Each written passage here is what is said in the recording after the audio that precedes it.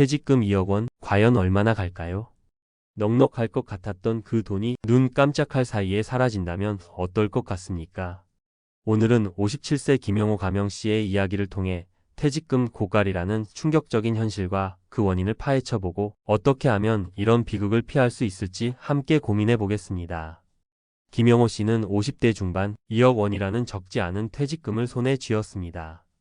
이 정도면 몇 년은 편하게 살면서 못 해본 취미도 즐기고 자식들 필요한데 좀 보태주고 작은 가게라도 하나 차려볼까? 하는 막연한 기대를 가졌죠. 많은 은퇴자들이 비슷한 생각을 하실 겁니다. 하지만 그 기대는 오래가지 못했습니다. 첫 번째 함정은 바로 자녀 지원의 무한 루프였습니다. 딸 결혼 자금에 5천만 원, 늦둥이 아들 대학원 등록금에 3천만 원. 시작은 자식 잘 되길 바라는 부모의 마음이었지만 밑 빠진 독에 물 붓기였습니다. 한 조사에 따르면 노후 파산의 주요 원인 중 하나가 바로 자녀에게 지원하는 돈이라고 합니다.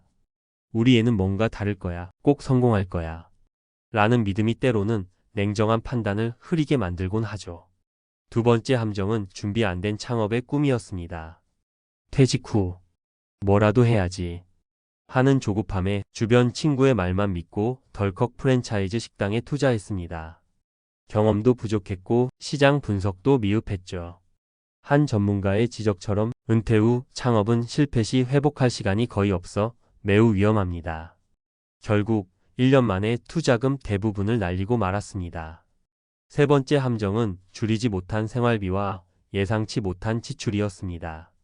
현역 시절의 씀씀이를 쉽게 줄이지 못했고 주변 경조사나 갑작스러운 부모님 병원비 등으로 목돈이 계속 빠져나갔습니다. 실제로 많은 은퇴자들이 퇴직금은 자녀 등록금이나 결혼 자금, 부모님 의료비 등으로 눈 깜짝할 사이에 사라진다고 토로합니다. 김영호 씨 역시 과도한 여행과 취미생활도 재정 악화에 한몫했습니다. 불과 3년 후 김영호 씨의 통장 잔고는 바닥을 드러냈습니다. 국민연금 수령까지는 아직 몇 년이 남은 상황, 그야말로 연금 보릿고개에 직면한 것입니다. 재취업을 알아보지만 나이 때문에 번번이 면접에서 떨어지기 일쑤였습니다. 이는 많은 50대 퇴직자들이 겪는 현실이기도 합니다. 결국 월 150만 원짜리 경비직도 감지덕지하며 일해야 했습니다. 한때 퇴직금만 2억 원을 가진 자산가였던 그의 현실은 너무나 초라했습니다. 경제적 어려움은 여기서 그치지 않았습니다. 자존감은 바닥으로 떨어졌고 아내와의 다툼은 일상이 되었습니다. 친구들과의 만남도 자연스레 줄어들었죠. 당신 가진 돈은 이제 하나도 없는 거야? 어느 날 아내의 이 한마디가 그의 가슴을 후벼 팠다고 합니다. 한 조사에서는 퇴직금 소진 후 겪는 경제적 어려움이 남성의 자존감 하락, 사회적 관계 위축, 그리고 부부 갈등으로 이어지는 과정을 보여주기도 합니다. 도대체 무엇이 김영호 씨를 이렇게 빈털터리로 만들었을까요? 첫째, 퇴직금 2억 원이라는 돈의 규모에 대한 착시 효과입니다. 큰 돈 같지만 월 20만 300만 원씩 쓰면 사실 몇 년 버티기 힘든 금액입니다. 은퇴 자산을 계산할 때 실제 생활비로 사용할 수 있는 자금만을 정확히 파악해야 하는데 이런 부분에서 오류를 범하는 경우가 많다고 전문가들은 지적합니다.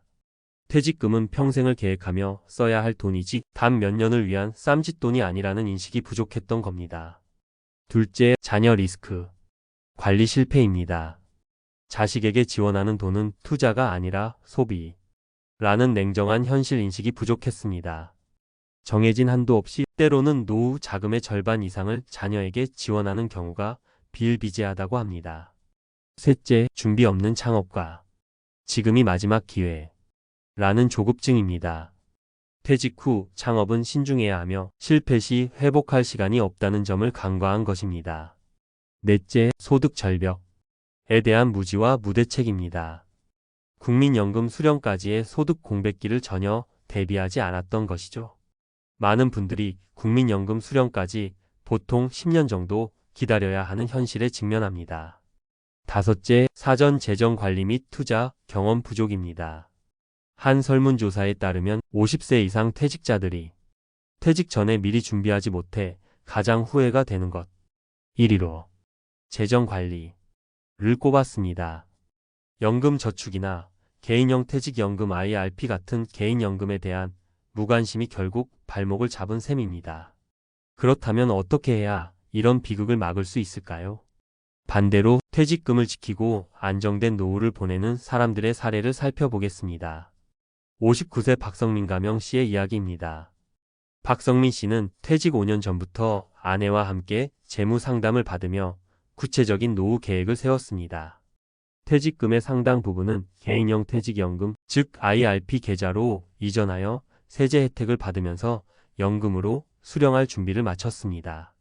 또한 이전부터 연금 저축펀드에 꾸준히 납입하여 노후 자금을 조금씩 불려왔습니다. 이는 실제로 많은 전문가들이 추천하는 방법이기도 합니다.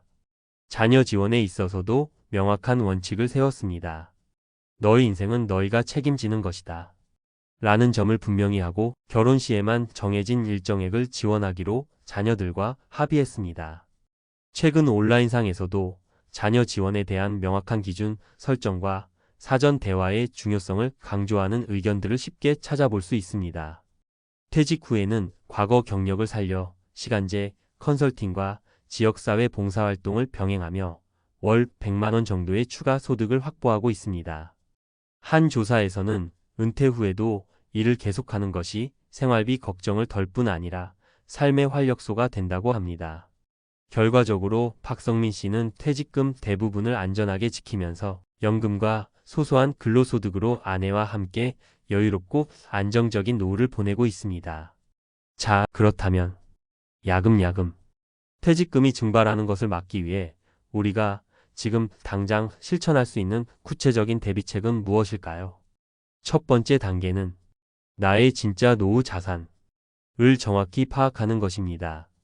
퇴직금, 국민연금 예상 수령액, 개인연금, 주택 등을 모두 포함하되 자녀에게 줄 돈이나 비상금 등은 제외하고 순수하게 노후 생활에 사용할 수 있는 자금을 계산해야 합니다.